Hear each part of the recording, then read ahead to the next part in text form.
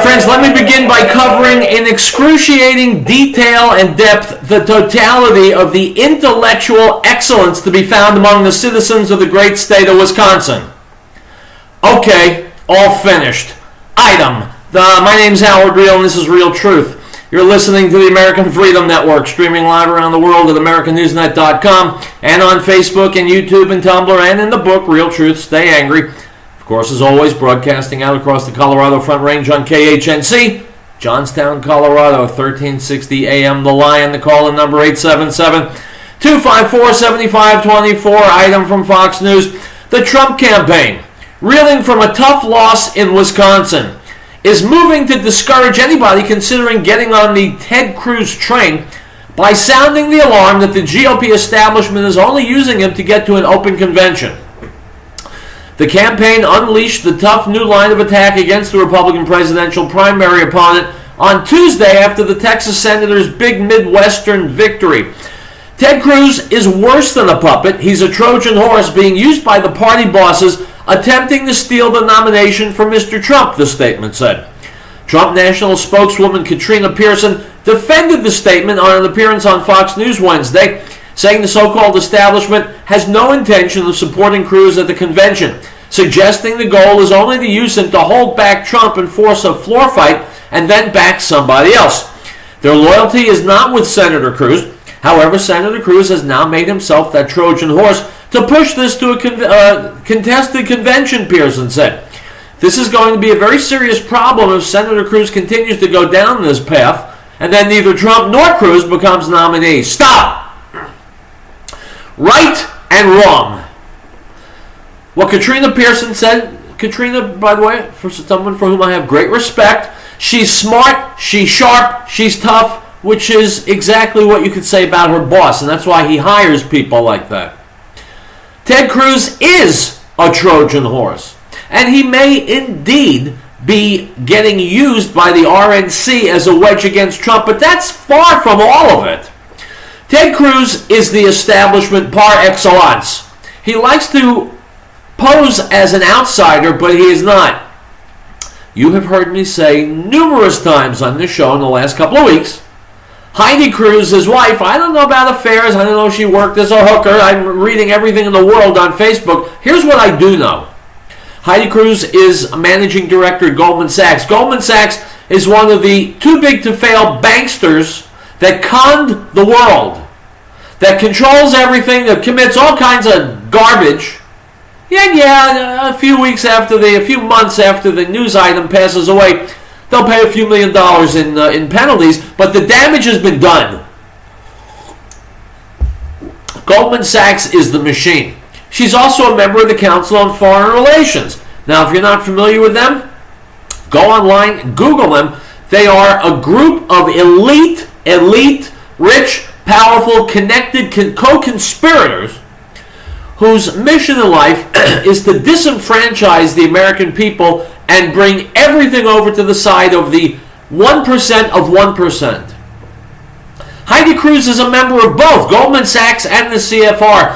And, as if that were not enough, Heidi Cruz, Ted Cruz, they met, fell in love, got married when they were both working for the Bush crime family. And if you haven't read Roger Stone's book about the Bush family yet, you absolutely must.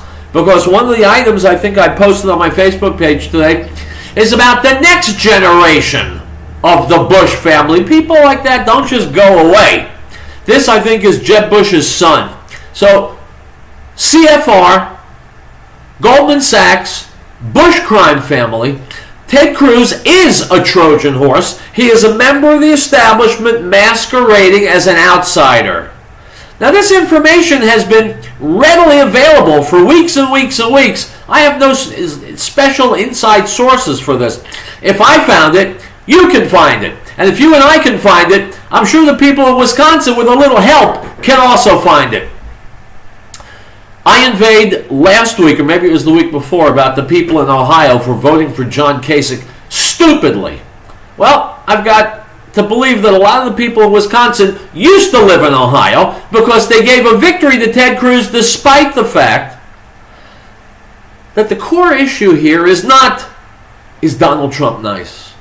The core issue is not, did Corey Lewandowski grab that journalist's arm. The core issue is not, what did he say about Hillary Clinton? The core issue is not, do the Yentas on The View have nice things to say about Donald Trump? That's not the issue. The issue is not Donald Trump's hair.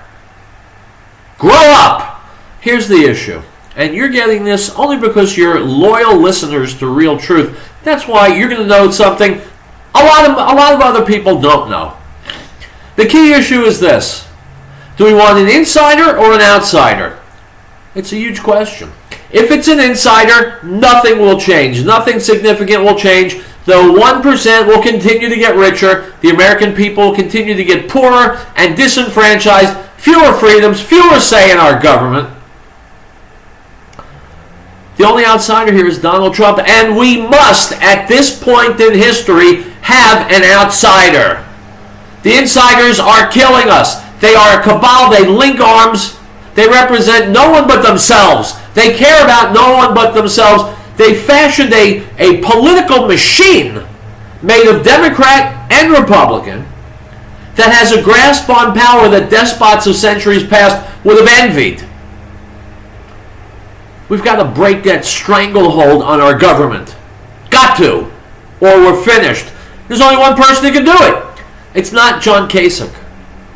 No one listens to John Kasich, with the possible exception of Mrs. John Kasich. I'm willing to bet she tunes him out a lot of the time. It's not Ted Cruz. Lying and denying Ted. I still haven't heard a definitive word about those affairs that he allegedly had. But I don't care about that. I care about his connection to the Council on Foreign Relations and Goldman Sachs and the Bush crime family. That's what I care about. Because same old is killing America. Donald Trump may not be presidential, may not be very nice. I couldn't care less if he can give the government back to the people. If he can fix what's wrong. If he can stop Islam in its tracks. If he can put up the border wall. If he can take the illegals who are here and push them out of the country. If he can make better trade deals, create jobs. That's what we want a president to do. Not nice? Good. Let him go be gruff and rough and surly with the Putins of the world and the Chinas of the world and the North Koreas of the world, because that is something they respect. And America must at all times be respected. It's Wednesday, and it's Real Truth. And I'll be right back.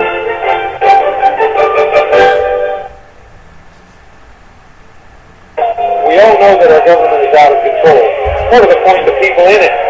How can we, the people, bring it back to the people's servants, not the people's masters?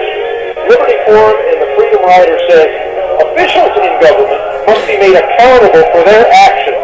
AccountabilityRevolution.com is the place to go to learn how you can actually make that happen. Become their judges, not their slaves.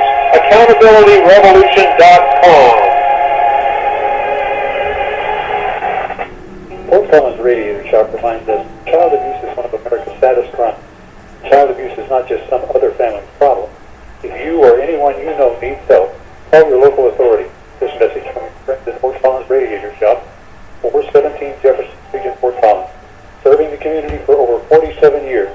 For all your radiator repairs, call 970-482-6783. On the air for our children. And of his fullness we have all received, and grace for grace. For the law was given through Moses, but grace and truth came through Yeshua HaMashiach, Jesus the Christ. No one has seen God at any time. The only begotten Son, who is in the bosom of the Father, he has declared him. The Gospel of John, chapter 1, verse 16.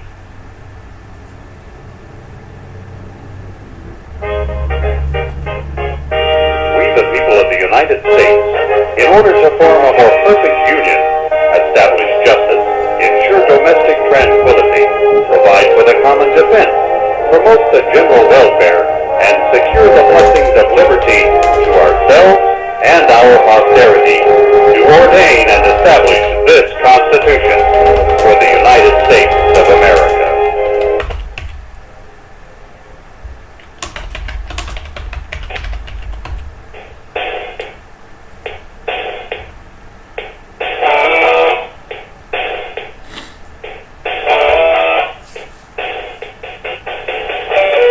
Welcome back to Real Truth, my friends. The people coming over our southern border, whoever they are, wherever they're coming from, are going to fundamentally change America for the worse. Here's Ann Coulter, Megyn Kelly on Fox News from a while back, talking about immigration, legal and illegal. Let's listen. Developing tonight, new fallout from controversial remarks from conservative commentator Ann Coulter. She's calling for a 10-year freeze on all immigration into the United States. And you may have heard she got a little attention last week for this exchange with anchor Jorge Ramos. We were bringing in cultures where child rape is the norm, where honor killings are the norm, you cannot say that the majority of immigrants... The concept of litter, our national parks are being overrun. If you don't want to be killed by ISIS, don't go to Syria. If you don't want to be killed by a Mexican, there's nothing I can tell you. There are cultures that are obviously deficient, and if they weren't deficient, you wouldn't be sitting in America interviewing me. I'd be sitting in Mexico. When you bring the people here, you bring those cultures here. That includes honor killings. It includes uncles raping their nieces. It includes dumping litter all over. I read the whole book. It includes not paying your taxes. It includes paying bribes to government officials. That isn't our culture.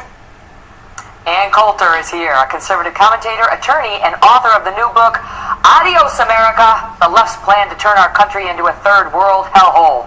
She's always afraid to tell us how she really feels, especially in her book covers. Ann, good to see you.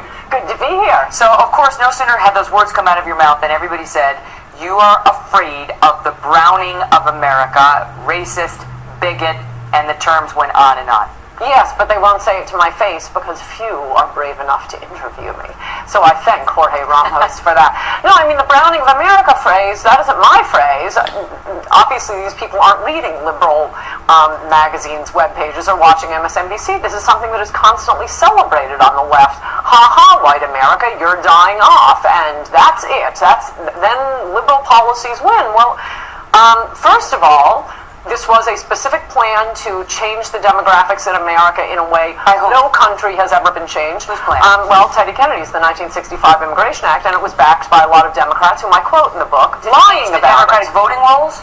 Oh, yes, to help the Democrats, and they brag about it. I mean, this isn't a fantasy of mine. I have them on record and being quoted in the book. Is your objection, I know, sorry for interrupting, is it more about stopping the political fallout from that or stopping the change to the culture that you No, the point I'm making with that, obviously that should be important to me as a Republican, but it's the culture of America that is being changed. It's the most successful culture on earth, and particularly for women, children, plants, and animals. Minorities have never been treated with such respect. I mean, you go back to Tocqueville talking about how women are treated in America.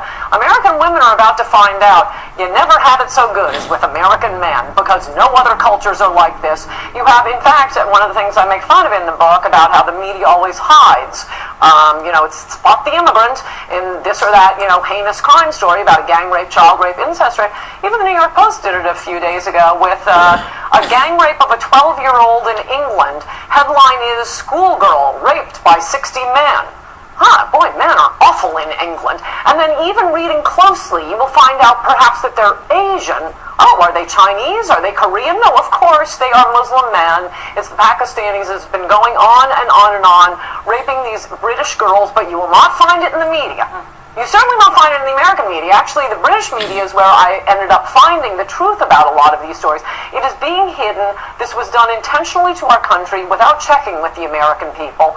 And the reason it was done was to get the Democrats 30, 40, 50 million new voters. It's working, and they have the audacity to act like their arguments are winning. Ha-ha, we've been vindicated. No, you changed the voters. They point to the polls, and I know you have questions about these, but they say, look, the polls show that actually people do favor immigration reform and that they want to see the path to citizenship for these immigrants. That nobody can or wants to deport 11 million people.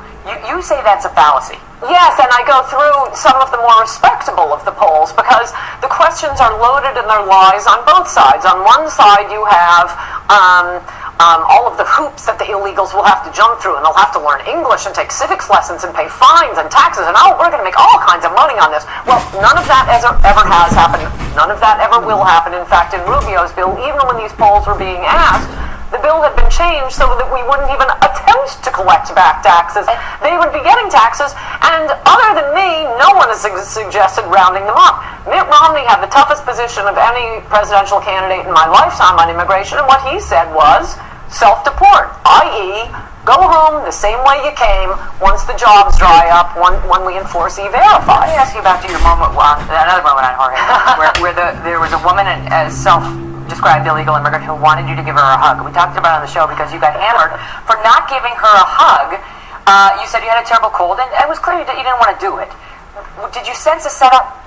Well, it's more, I sensed that we were in the question and answer segment, and my thought is that means question and answer, and you'll often have people, trying to turn question and answer into their little show and a piece of performance art. I mean, the truth of the matter was what I told her. I'm still sick right now. I was even more sick a week ago. I was coughing throughout that interview. If I had hugged her, it would have been culture infects illegal alien. We talked about it on the show with Howard because I remember seeing them throw the pie at you. I mean, you're up there giving a remark. You have to be somewhat reticent when you get up there and a stranger wants you to do something and there's a camera. There's no hugging. Right? There's no hugging. Right? I have the same rule, at least on camera. Not in a way where you don't know the person, and it could be a setup. You don't know where it's going to go. Oh yeah, no, it has nothing to do with the person being an illegal immigrant. It has to do with cameras rolling, and anything can happen.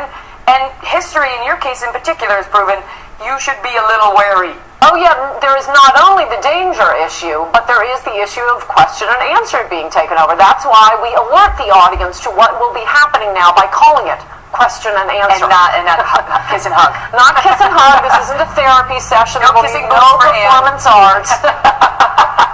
And the title has got a lot of tongues wagging, as they always do. Adios, America. And that means goodbye. Just thinking for those at home. I did take a little Spanish. Great to see you. Thank you. Good luck with the... The salient point here is this. It's about culture. The culture in Mexico, let me see, how can I put this diplomatically? Sucks. It's a third world culture. Just as Syria and other Mideast hellholes are a third world culture. They're people who are largely, not completely of course, but largely uncivilized. And by shipping them here en masse, we're making America increasingly uncivilized. Which is why when you see an illegal arrested for a crime, almost all the time it's murder, it's rape, it's incest, it's some kind of an atrocity. They haven't even got, it's funny, haven't even gotten to the level of white-collar crime. We don't need the garbage of the world flowing into, I won't say a pristine waterway here in America, but it's a hell of a lot better than the third world toilets that Barack Obama and Hillary Clinton are busy importing people from. It's a matter of culture. And what Ann Coulter said was right. If their cultures were as good as ours, we'd be moving there. We're not. They're moving here because they acknowledge that what they've got there is crap compared to what we've got here.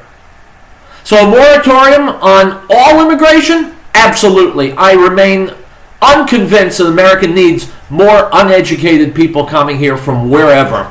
Item from InfoWars. The former director of the Central Intelligence Agency and the National Security Agency has said the only viable presidential candidate in his eyes is Ohio Governor John Kasich.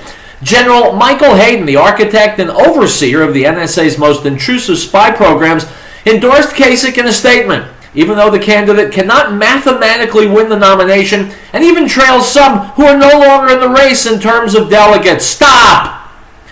My friends, I'll be honest with you, I've never met General Michael Hayden. I'm guessing he's a jackass. So what do I mean by that? He was the head of the CIA, the head of the NSA. To be employed by the CIA or the NSA, you've got to be mostly scum because of the scummy things those two groups do. They spy on people, they kill people, they assassinate, they kid, you name it. If it's dirty, they do it. The NSA is spying on all of us. So there goes the Constitution, there go our rights. This guy was the head of both of them. And he wants Kasich. So think through here. Think it through logically. If Kasich is an acceptable choice for the people, who are spitting on the Constitution, murdering people, and spying on Americans in addition to God knows what else. What does that tell you about Kasich? Not only that Kasich is a loser who might just as easily have run as a Democrat, Kasich is endorsed by the Hum, the machine, the Leviathan, in Thomas Hobbes' phrase. Kasich is acceptable in the eyes of the people who are murdering us, spying on us, dominating us, squashing us. By the way, so is Ted Cruz. When push comes to shove, they'll embrace Ted Cruz. Why won't they embrace Donald Trump? Not because he doesn't act presidential, not because he's gruff, not because he said schlonged, but because he's not part of the machine. He's not owned, the lock, stock, and barrel, by the power structure that's killing us. That's why I'm so adamant about Trump. It's not his hairstyle that I love. I'm adamant about Trump because he is a real outsider with the real smarts to actually give us our country back. And if we don't take it back now, I'm afraid we never again will be able to. Do you get that? That's why I'm all for Trump. On top of that, I think he's a really smart guy. And when they go to New York in a couple of weeks, he's going to absolutely do a Mexican hat dance on Cruz and Kasich. Because New Yorkers, most New Yorkers, see through the yaya. And they know that only Trump is the guy who's going to fix what's broken. Item from Breitbart. An illegal alien who hit a Texas firefighter head-on and killed him and his 4-year-old stepdaughter and 22-month-old son will be charged with criminally negligent homicide if he recovers from his critical injury. The man did not have a driver's license and was in the country illegally, according to the CBS affiliate for Dallas-Fort Worth. He first came to the U.S. in 2006, but was deported in 2008. Stop! Who else do we indict? Who else should be charged? Illegal alien. He's been here, he's been deported, he's back, it's all ask again. Who else needs to go to jail for this horror? Not just the illegal alien, all the politicians who did nothing to prevent him from coming back. This man and his 4-year-old stepdaughter and under 2-year-old son are dead. They died horribly. Killed by an illegal alien who shouldn't have been here. A, because you can't come here illegally, it's against the law. And B, because we've got billions of dollars worth of departments and structures and salaries all designed to keep him out, and it's all for nothing. Those billions I just referenced, that's your money and my money, and it's pissed down the drain. Because Obama and Hillary want all the third world garbage coming here, because the third world garbage, those are the people who vote for the Democrats. And so these good people are dead. Not only because of this piece of dreck from Mexico, but because the power structure, the Democrats, and yes, let's be honest, the Republicans too, the Republican hierarchy, they want the cheap labor here for their companies. And so the laws get ignored, the borders remain open, and Americans, innocent Americans, continue to die horribly. Who's going to stop this? Only one person. Only one person is going to stop it. Trump. You know what I'm saying is true. Item from the Washington Examiner. A tax advocacy group on Wednesday, that's today, revealed that Americans spend more on taxes than their whole budget for food, clothing, and housing. The Tax Foundation, in its annual report on when the nation as a whole has earned enough to pay its taxes, announced that date is April 24th. Stop. So understand this. From January 1 until April 24th, we're working for the government. For the government. That's why we need a smaller, less obtrusive government. That's why, again, we need Donald Trump. We'll be back.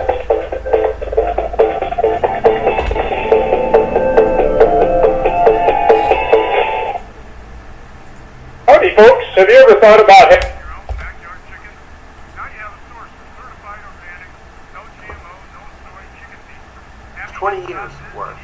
laws, etc., by the federal government. The professors came to a conclusion, and this is their words.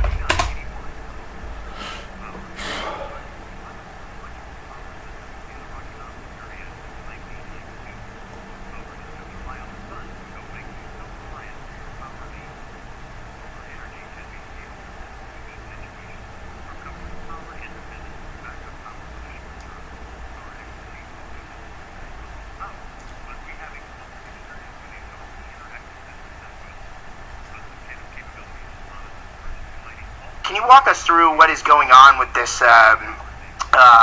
Stop the Steal is the name of the organization, right? Can you walk us through what is going on?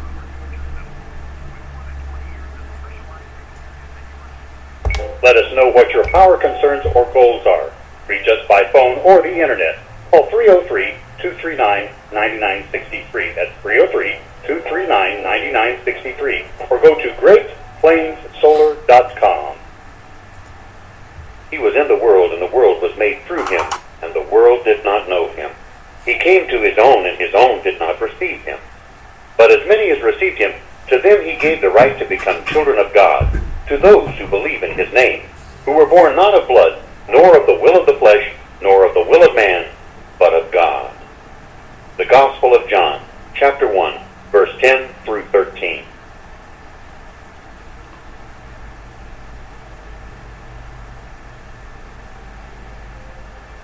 Article 4. The right of the people to be secure in their persons, houses, papers, and effects against unreasonable searches and seizures shall not be violated, and no warrant shall be issued but upon probable cause, supported by oath or affirmation, and particularly describing the places to be searched and the persons or things to be seized.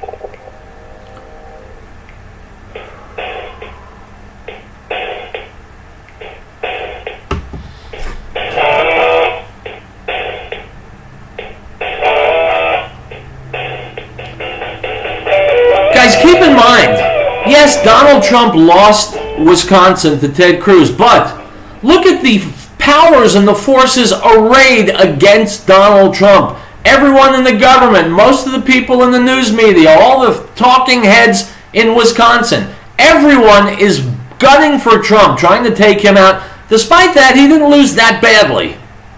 Something to be said for that. Here's Trump advisor Roger Stone on Breitbart News talking about the big steal. Here we go.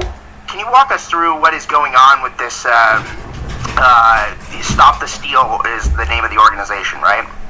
Sure, Matt. I'm happy to. Thanks for having me. It's great to be with you. Yeah, I think it's vitally important that the grassroots of this country show their outrage at the idea that the votes of the people, the votes of Republican voters and those brave Democrats and independents who crossed over to vote in the Republican primaries are being disallowed, and that the party bosses, the kingmakers, most of whom are lobbyists, as you know, that's the second hat they all wear, are determined to steal this nomination from the people and from Donald Trump.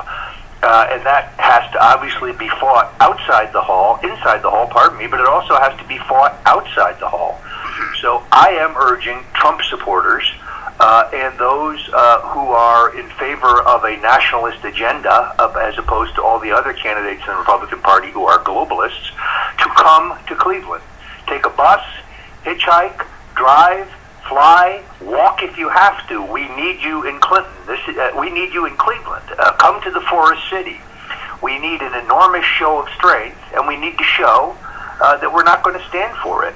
We plan 3 days of rallies and protests to show that the will of the people will not be denied. And we plan a large Stop the Steal rally. Alex Jones is going to speak. I'm going to speak. We've invited Pat Buchanan to speak. We will ultimately invite Congressman Ron Paul to speak because although he may not be a Trump supporter, he's been on the receiving end of these kind of tactics himself 3 years ago. So that is the plan. It's a reverse Saul Alinsky. These are our days of rage. We're not putting up with it. Now, walk us through what do you mean by steal the election? What are they going to do with the convention? By all calculations, I mean pretty much Donald Trump is most likely, barring some kind of a catastrophic change of direction here, going to walk into the convention with more delegates and more votes than anybody else. What do you mean? How are they going to steal it? What do you mean by that? I've written about this extensively for Breitbart. I think I've had 3 major pieces on the mechanics of how you steal this. It's really very simple. There's a dozen different ways you could do it. The steal will not be on the floor. The steal will be in the Rules or the Credentials Committee. Let's recognize that while Trump may have an absolute majority on the question of who should be nominated for president by the time he gets to Cleveland, in other words, 1,237 votes for president, he's not going to have 1,237 votes on procedural questions. A perfect example, the Texas delegation. Trump is entitled to 40 votes on the first ballot, but those 40 people filling those seats will be virulently anti-Trump. They will vote against him on credentials. They will vote against him on rules. So, for example, and this is just an example, the Rules Committee could pass a rule throwing out any delegate who was elected with the help of Democrats. In other words, if Democrats were allowed to vote in the primary, those delegates would be disallowed. That would reject the South Carolina delegation. If the Rules Committee passed that, then that decision goes to the entire convention for ratification. That is where the big steal will take place, because that is where the Trojan horse delegates that have been inserted into these overwhelmingly Trump delegations will vote against us. That's where the big steal will happen. Or, theoretically, you could throw out Trump delegates in credentials, as the Eisenhower people did in 1952. They challenged the seating of the Louisiana and Texas Taft delegates on the slim reed that when people showed up at those caucuses back in Louisiana and Texas to vote for Ike, they were turned away. That was their case. And, of course, because they had the votes, the Credentials Committee agreed. That went to the full floor of the convention. The chairman ruled that the Texas and Louisiana delegates could not vote on their own fate, and that broke Taft's back. Eisenhower went on to be nominated. So there's all kinds of games that the establishment and the kingmakers can play. Remember, Ben Ginsburg and the Bush-Romney types are the masters of this kind of deceit, this kind of bait and switch. They did it to Ron Paul, and they're fixing to do it to Donald Trump, a strategist very, very high up in the Kasich campaign. Somebody who I may have been in business with as a partner at one time actually bragged to a journalist who you know, Matt, just the other night, saying, I think this nomination could be stolen from Trump, and I'm fixing to steal it. So make no bones about it. The lobbyist class, the Washington, D.C., Wall Street combine, they will never acquiesce in the nomination of Trump. Whether he has 1,237 votes or not, they will attempt to hijack this nomination, and only mass demonstrations and adept maneuvering inside the hall are going to prevent this. Now, Roger, you mentioned the 1952 situation there, right? Now, I read your GQ interview. Is it possible that Trump, if he gets organized on this, and he has been behind the ball, there's no doubt about it, but I think that they're starting to recognize that they have to get organized on this. They hired Paul Manafort, obviously, who I think was a very smart hire by the Trump campaign. In addition to that, they're starting to make moves on the right direction here, at least a little bit. We'll see how that starts to materialize in the coming weeks here. But is it possible that those same rules, the Trump people could use those same rules against the other guys, against the efforts to steal? They certainly could, Matt, but that requires them to have a majority on the Rules or the Credentials Committee, or a working majority on the floor.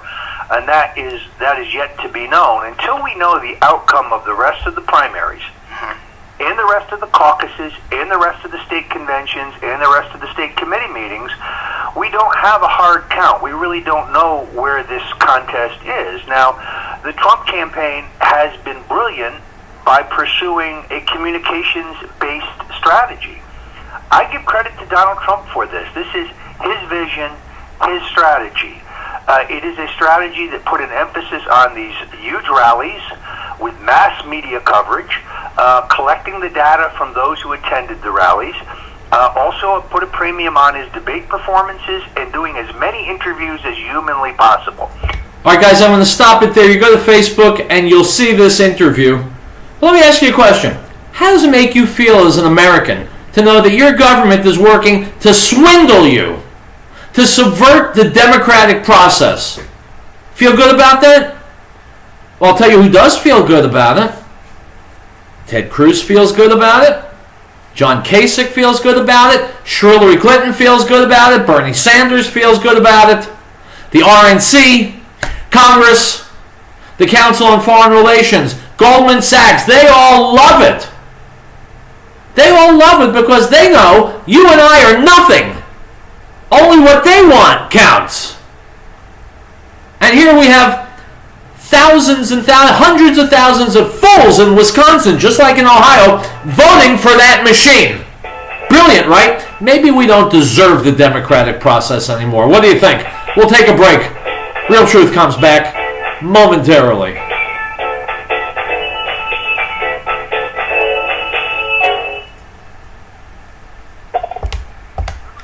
All right, guys, I'm all done. I will not stand for anybody subverting the democratic process while I'm around.